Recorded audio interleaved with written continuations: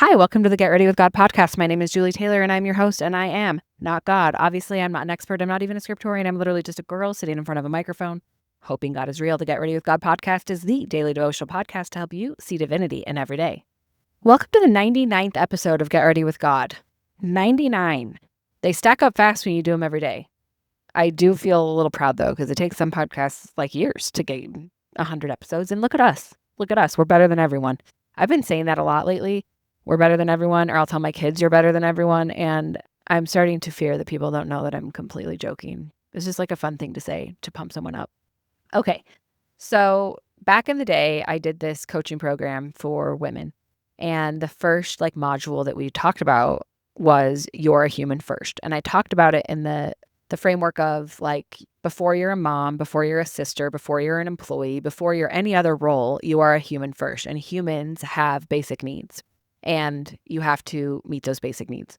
It's really an important conversation because a lot of people skip that step. So there's the Maslow's pyramid. I actually prefer, there's a circle version that Maslow's pyramid was actually kind of taken from.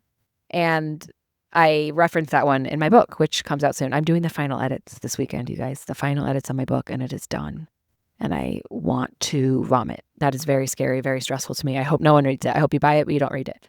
Anyway, but I talk about the one I like better in my book. But for the sake of a quick conversation here, let's just use Maslow's pyramid because most people know that one a little bit more.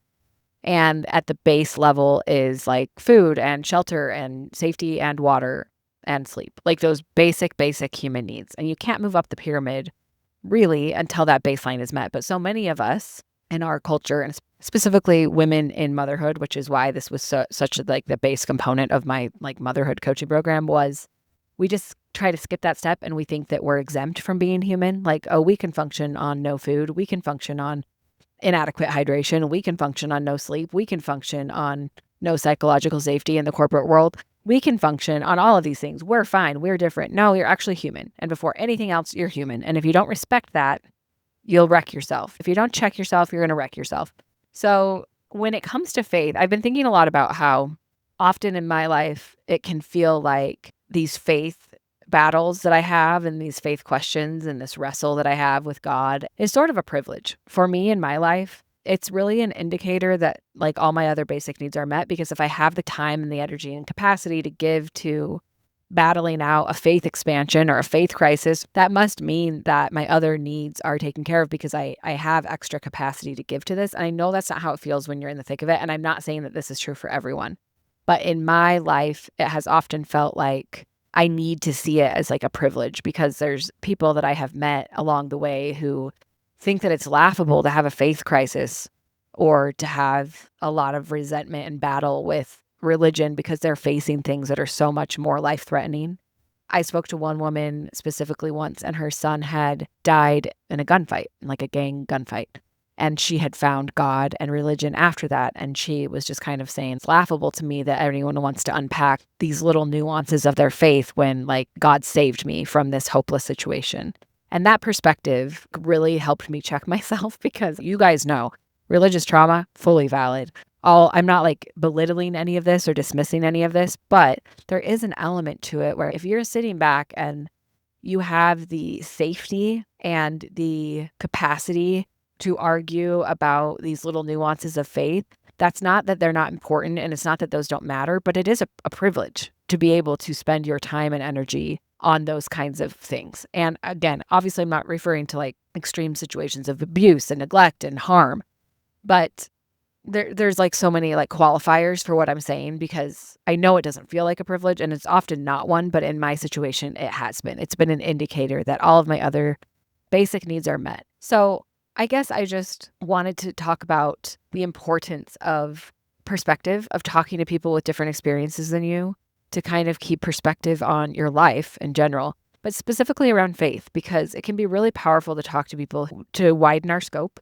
And maybe you are one of those people who are I chose God because it saved my life. I remember in the early days of my grief, which I feel like I'm still in my early days of grief. I'm such a rookie, but I remember kind of feeling I need God to breathe right now. I need this to be real to be able to even keep going. I need this to be real, so I'm going to keep believing it.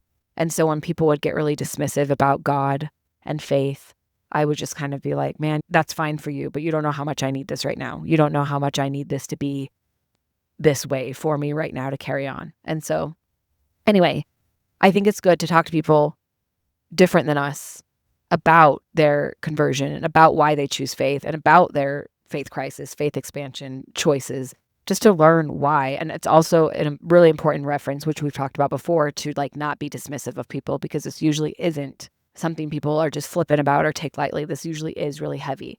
But you're a human first, okay? So you have to have those basic needs met. So if you are not having those basic needs met and you're skipping to things like, let's unpack existential dread, you probably aren't doing very well, because you've got to go back to those basics. Literally, to every woman listening to this, if you are not eating enough, sleeping enough, drinking enough, spending enough alone time with no one touching you or needing you, and feel psychologically and physically safe in your home and your workplace, that is the place to start. Let's talk about like God tomorrow, okay? Let's start there, please. I beg of you. That is the first place to start. But I also like to think about spiritual health as a pyramid, and these basics that maybe you've been taught to do, like whatever faith you subscribe to might teach you to do things. I've created a list of non-negotiables, and my non-negotiables have been slipping lately. They have become negotiable. And I give myself a lot of grace when I'm in periods of like severe depression, because I just kind of go into survival mode and I know that I'll get through. However, create a list of spiritual basic needs, and that can look however you need it to look. For me, it is like prayer, it is quiet time, it is nature. Like those are kind of like my three things. And that's kind of like the core of my mental health too. But like for my spiritual health, there's a lot of things as we move up the pyramid that are really great to do and that help me a lot and that I actually have a big belief in doing. But you can't stuff too many things in the base of that pyramid. So what are those like basic human needs for your spiritual health that you need?